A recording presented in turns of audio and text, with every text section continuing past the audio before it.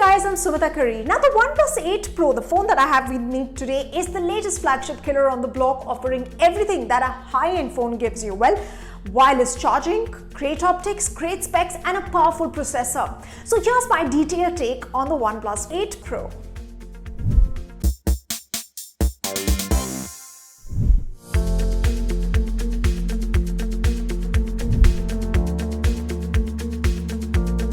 First up, camera. Well, camera takes the cake as far as this phone is concerned, and which is why you would have also noticed that I didn't speak about design as the first thing, which I usually do. So talking about cameras, it has a panel of 4 cameras mounted at the back of the phone. You have a 48 megapixel main sensor, 5 megapixel depth sensor, 48 megapixel again ultra wide sensor, and an 8 megapixel hybrid zoom. So multiple variations also you get as far as the camera is concerned. You get, of course, portrait, close-ups, videos, nightscapes, and actually a lot of other modes as well, panorama, slow motion. So all of these modes are available on this OnePlus 8.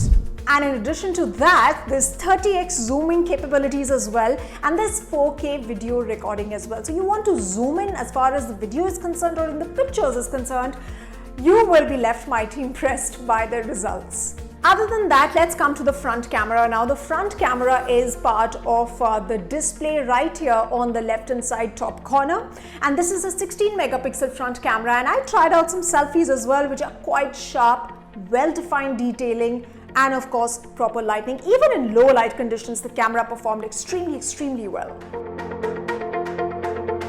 And now that we're done with the biggest highlight, let's come to design. As far as design of this phone is concerned, it's a big camera, it's a humongous camera, but then it's not so broad that it won't fit well into my palm. And as you can see, it's fitting very well in my palm.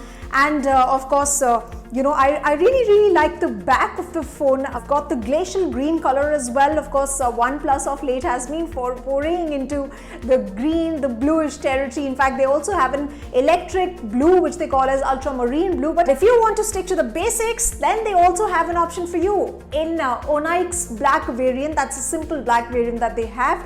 And let's now see the bottom of the phone. The bottom of the phone, you actually have Dolby Atmos powered speakers. Needless to comment on the quality, right?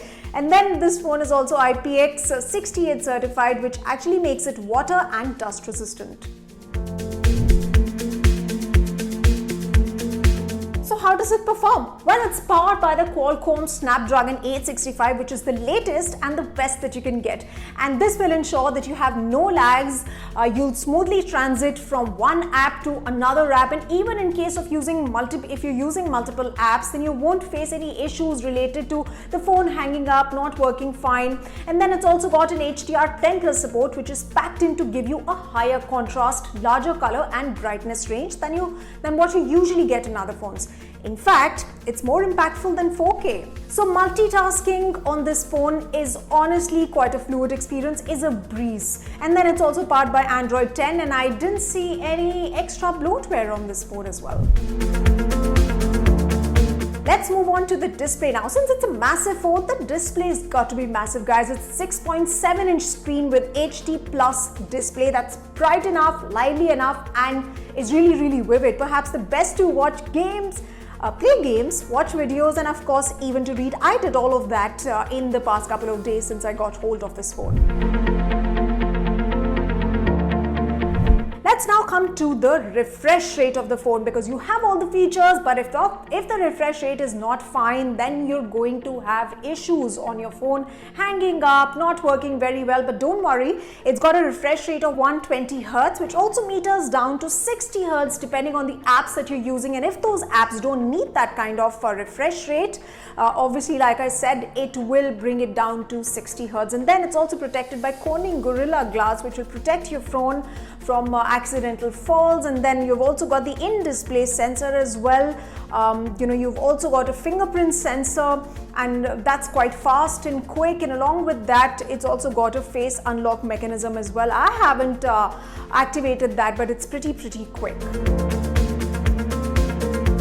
As far as the battery is concerned, it comes with a 4510 mAh of battery life, a warp charger as well you get in it, and It's got 30 watts of fast charging capabilities and also allows for wireless charging, and that's what makes this phone different from any other mobile phones in this category, and not so pricey also, but offers high-end features. So you can go from 1% to 50% of battery in just half an hour. It's half an hour flat, and that's because of the warp charging capabilities that this phone offers.